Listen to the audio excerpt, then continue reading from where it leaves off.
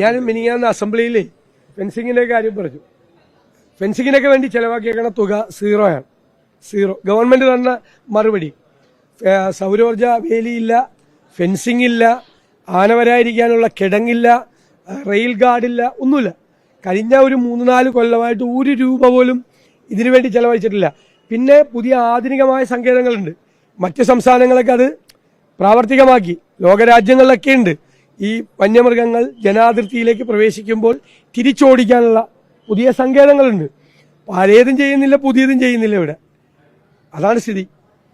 ഇന്ന് വനംവകുപ്പ് മന്ത്രി പറഞ്ഞിരിക്കുന്നത് 1972 നിയമത്തിൽ ഭേദഗതി വരുത്താതെ വന്യജീവികളെ വെടിവെച്ച് കൊല്ലാൻ പറ്റത്തില്ല. പ്രതിപക്ഷ നേതാവിന് ഇത് അറിയത്തില്ലേ എന്നുള്ളതാണ്. അല്ല, അത് മാത്രമല്ലല്ലോ. ഇപ്പൊ ഞാൻ പറഞ്ഞതൊക്കെ പ്രധാനമല്ലേ. ഗവൺമെന്റിന് എന്തൊക്കെ ചെയ്യാം?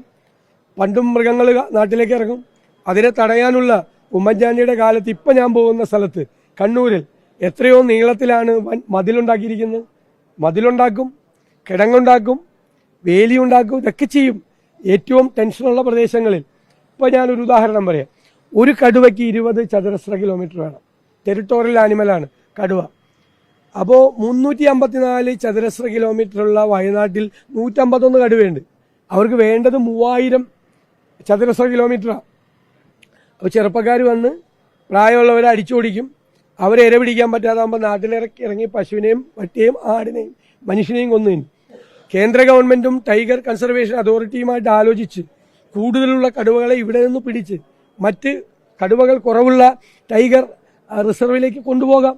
ആലോചിച്ചിട്ടുണ്ടോ? ഒന്നും ചെയ്തിട്ടില്ല.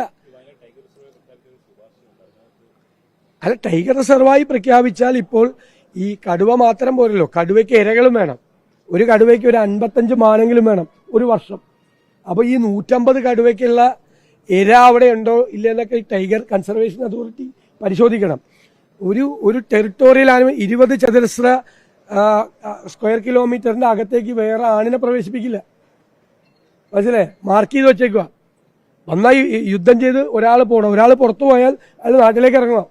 ഇതൊക്കെ ഈ ടൈഗർ കൺസർവേഷൻ അതോറിറ്റിയും കേന്ദ്ര ഗവൺമെന്റും എല്ലാം വൈൽഡ് ലൈഫ് ആക്ടിൽ ഭേദഗതി വരുത്തണം. ഞങ്ങളല്ലേ ആദ്യം പറഞ്ഞത്.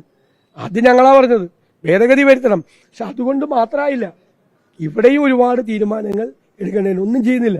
ഞാൻ മന്ത്രിയായതുകൊണ്ടാണോ ആന കാട്ടിൽ നിന്ന് ഇറങ്ങുന്നതെന്ന് ചോദിക്കുന്ന വനം മന്ത്രിയുള്ള നാടാണ് കേരളം.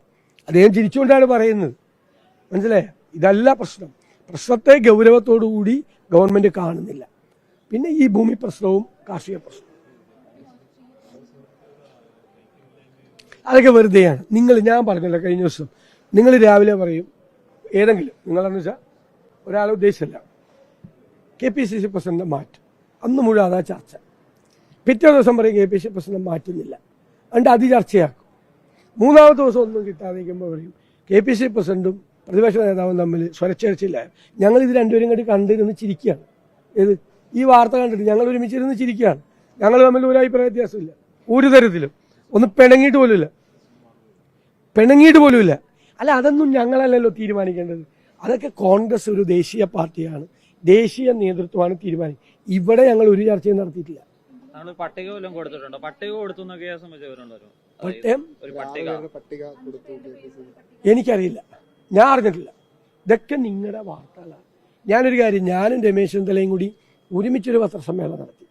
ബ്രൂവറിയെക്കുറിച്ചും PP കിറ്റിനെ കുറിച്ചും 3 പ്രധാനപ്പെട്ട അഴിമതികൾ വന്നു. Brewery, PP kit, KFC. Convincing ആയിട്ടുള്ള തെളിവുകൾ ഞങ്ങൾ കൊണ്ടുവന്നു. എത്ര പേര് ചർച്ച ചെയ്തു. ഇതിന് വേറൊരു അജണ്ടയും കൂടിയുണ്ട്. നിങ്ങളറിയാതെ അതിൽ പെട്ടുപോകരുത് എന്നാണ് മാധ്യമങ്ങളോട്. സർക്കാരിനെ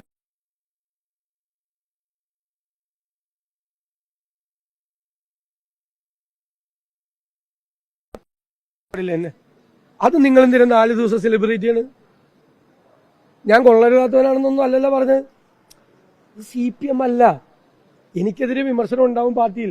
ഞാൻ ഇതിനു മുമ്പുള്ള നേതാക്കന്മാരെ പാർട്ടിക്കകത്ത് വിമർശിച്ചിട്ടുണ്ട്. അത് നിങ്ങൾ 4 ദിവസം സെലിബ്രേറ്റ് ചെയ്തപ്പോൾ പോയത് എന്താ? ബ്രൂവറിയും പോയി, PP കിറ്റും പോയി, KFCയും പോയി. ആരാ ജയിച്ചത്? അജണ്ട മാറ്റാൻ, നിങ്ങളുടെ അജണ്ട മാറ്റാൻ വേണ്ടിയിട്ടാണ് നിങ്ങൾക്ക് ഈ ഫീഡിങ്സ് കംപ്ലീറ്റ് കിട്ടുന്നത്. അപ്പോൾ എനിക്ക് നിങ്ങളോട് പരാതിയില്ല, പരിഭവമുണ്ട്. പരാതിയില്ല. അങ്ങനെ ഒരു പട്ടികയില്ലെന്ന് ഞാൻ അറിഞ്ഞിട്ടില്ല. ഞാൻ അറിയാതെ പട്ടിക പോവോ? കേരളത്തിൽ നിന്ന് പോവോ എന്ന് വിചാരിക്കണ്ട. ഞാനറിയാതെ ഒരു പട്ടിക കേരളത്തിൽ നിന്ന് പോകുമെന്ന് വിചാരിക്കണ്ട. ഒരു പട്ടികയില്ലെന്ന് ഞാനല്ലേ പറയണം. ആ എന്തെന്ന് പറഞ്ഞു ഇല്ലെന്ന്. അത് തന്നെ ഞാനും സുധാകരൻ അറിയാതെ ഇവിടെ നിന്ന് പട്ടിക തയ്യാറാക്കി പോകും. ഞങ്ങളെല്ലാം ലീഡർഷിപ്പിലുള്ള രണ്ടുപേര് കേരളത്തിൽ, ഒരാൾ CLP ലീഡർ, ഒരാൾ PCC പ്രസിഡന്റും.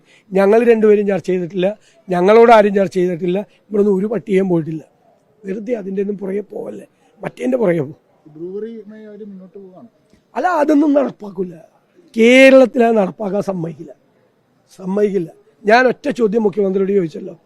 മുഖ്യമന്ത്രി പറയുന്നത് ബിസിനസ്സാണ്, ഇൻവെസ്റ്റ്മെന്റ് ആണ്, അപേക്ഷ തന്നു കൊടുത്താണ്. ഇവര് മാത്രം എങ്ങനെ അപേക്ഷ തന്നു?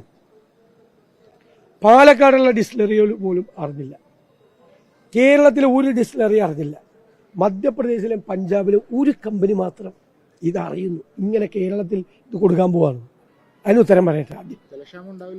അല്ല, ആ ഗോവിന്ദൻ മാഷ 200 ദശലക്ഷം ലിറ്ററാണ് മലമ്പുഴ അണക്കെട്ടിന്റെ കപ്പാസിറ്റി. ആ പ്രദേശത്ത് ആവശ്യമായ കുടിവെള്ളം 400 ദശലക്ഷം യൂണിറ്റാണ്. അപ്പൊ 200 മില്യൺ യൂണിറ്റിന്റെ കുറവ് അവിടെയാണ്. ഈ സാധനം വന്നാൽ ഒരു ദിവസം 80 ദശലക്ഷം യൂണിറ്റ് വേണം. ഗോവിന്ദൻ മാഷ് പറയും മഴവെള്ള സംഭരണിയാണ്. ആളെ കളിയാക്കാൻ പറയും.